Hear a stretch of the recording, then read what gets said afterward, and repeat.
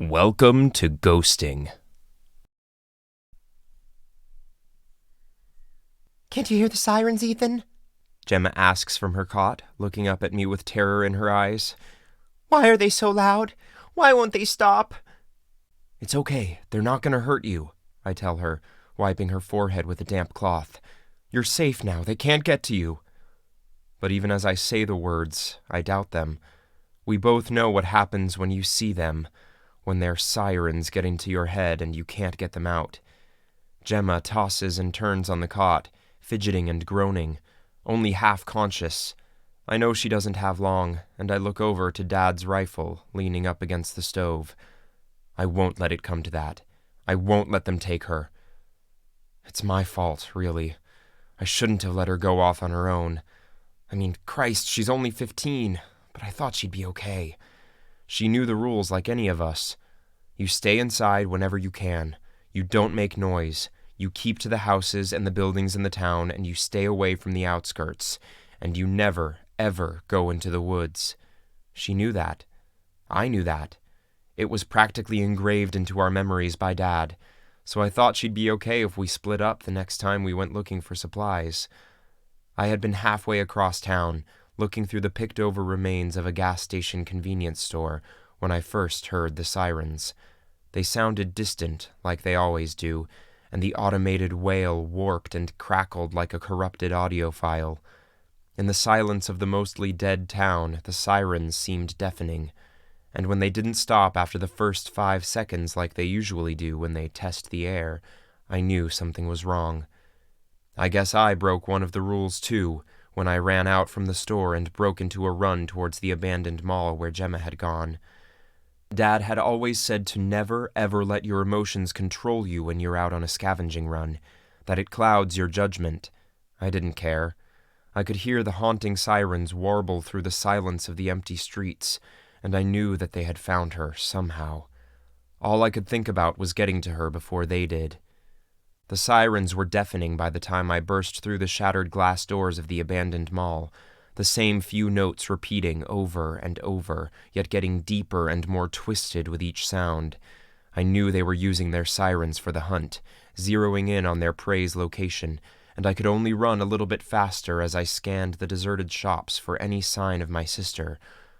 I saw the creature before I saw Gemma.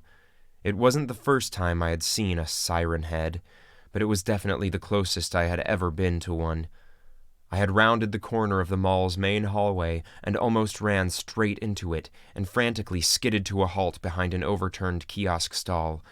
If it had been looking in my direction, it would have seen me for sure, but mercifully, it was facing the other way. The thing barely fit underneath the roof and had to bend its bony frame, easily around 20 feet high. Its features were almost identical to the one that had killed Dad, with the same dried, gray, mummified skin clinging to a slender, bony frame. Its limbs were long and spindly, yet its hands split into razor-sharp talons of bone instead of fingers. A long metal pole was jammed into its shoulders where a neck should have been, and strands of the disgustingly leathery skin wound around the pole and held it to the body. And bolted to the pole, looking almost comically out of place, were 2 siren speakers. I cautiously peeked over the edge of my cover, and that was when I saw what had distracted it. The siren head was taking slow, lumbering steps towards a figure sprawled on the floor, a figure with a leg drenched in blood, a figure that looked horribly familiar. A second later, I knew for certain that it was Gemma. Somehow she had injured her leg and was unable to hide when the sirens first started sounding.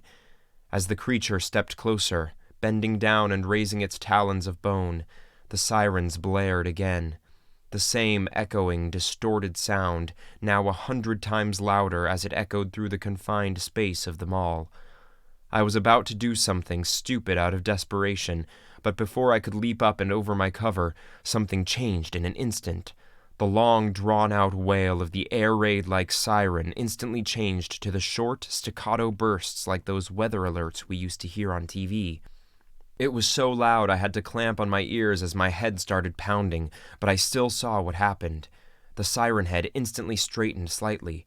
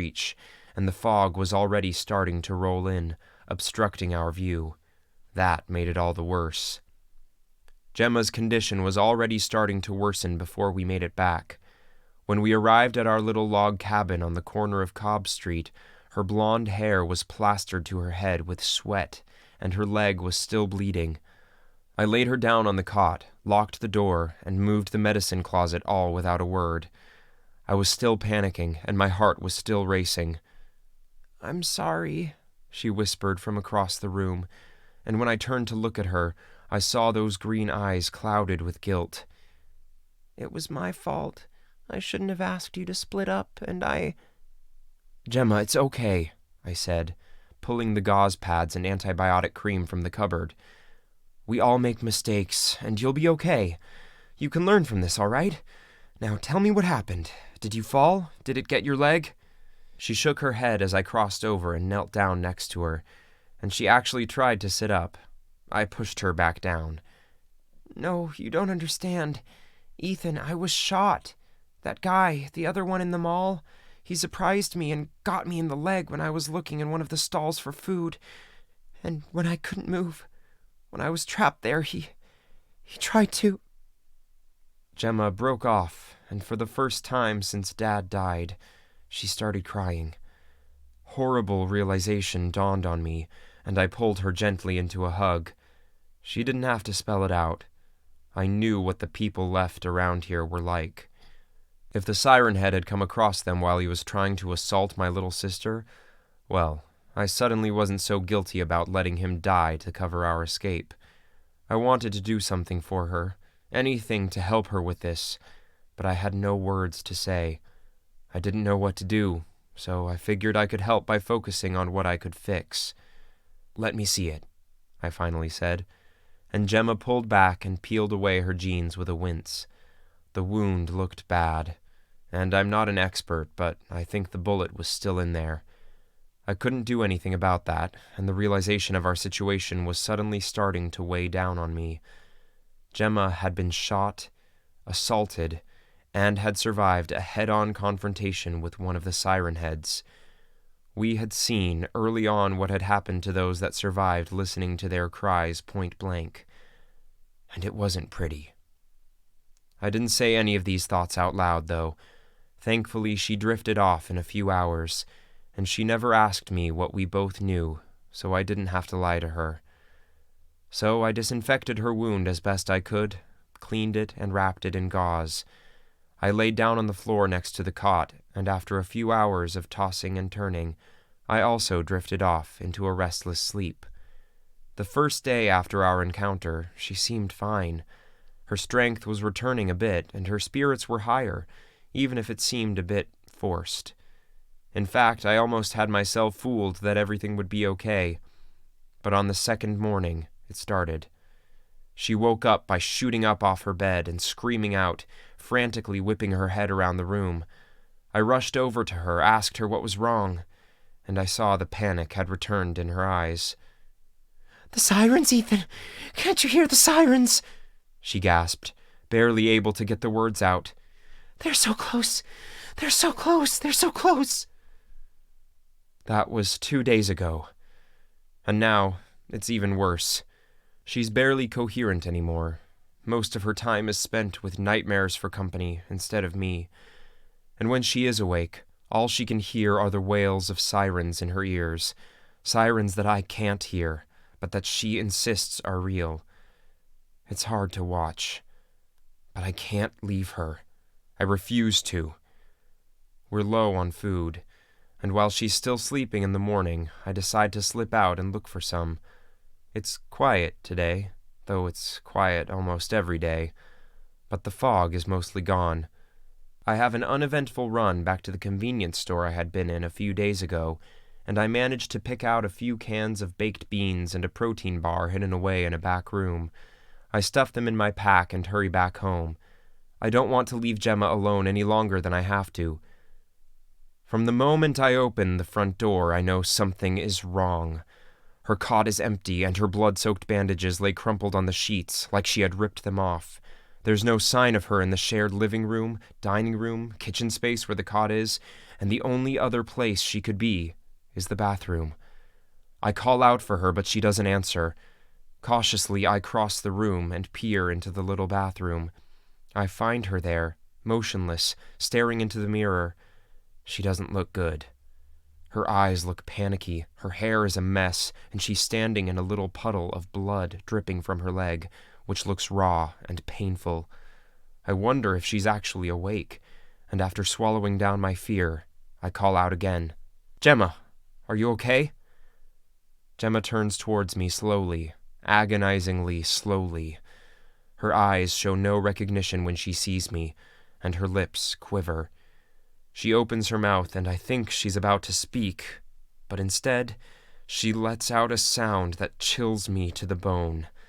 Gemma lets out a scream that is incoherent and filled with pain, a scream that is almost identical in tone and pitch as the sirens of the creatures that stalk the streets. It hits me now that it's too late for her, and I turn to race back into the main room. Gemma is faster, though, faster than she has any right to be, and she tackles me to the ground before I can even get halfway to the door. She doesn't stop screaming, the human siren wailing away as her fingernails tear into my arms and rake my face. I try to tell myself that this isn't my sister anymore, that it's only a hollow shell that the siren heads have claimed for a feast, but it doesn't make it any less painful. Despite her actions or her mind, her body is still the same, and it's easy to toss her light body off. She stumbles back hard, slamming her head into the wood stove, and it gives me the few precious seconds I need. I scramble to my feet and lunge for Dad's rifle, grasping it and switching the safety off just as Gemma stands to her feet again, and then the siren-like screaming stops. Gemma stops. She stands there, head tilted back, and she opens her mouth again. I'm sure she's going to start screeching again, but this time, she speaks. "Ethan?" she asks slowly, and for a moment my heart leaps. But then I remember how the siren heads got Dad, how they mimicked the voices of their victims, speaking words and making sounds without any understanding of their meaning. And I knew for sure that this isn't her. This isn't my Gemma. The word was spoken awkwardly, without understanding, without emotion. It's not her anymore. Her mind is gone. They took her, and if I let her go, this empty shell will seek them out and they'll feast on her body. As I realize that, I also realize that I'm crying. Gemma doesn't move for a minute, and for a moment I'm left to sob alone in the silence with a rifle pointed between her eyes. Then Gemma opens her mouth and screams again, the siren-like wail snapping me out of my thoughts, and she lunges at me, and I pull the trigger. I see the bullet rip through her skull, snapping her head back as bright blood sprays out onto me, the floor, the walls. Her limp body collapses in a little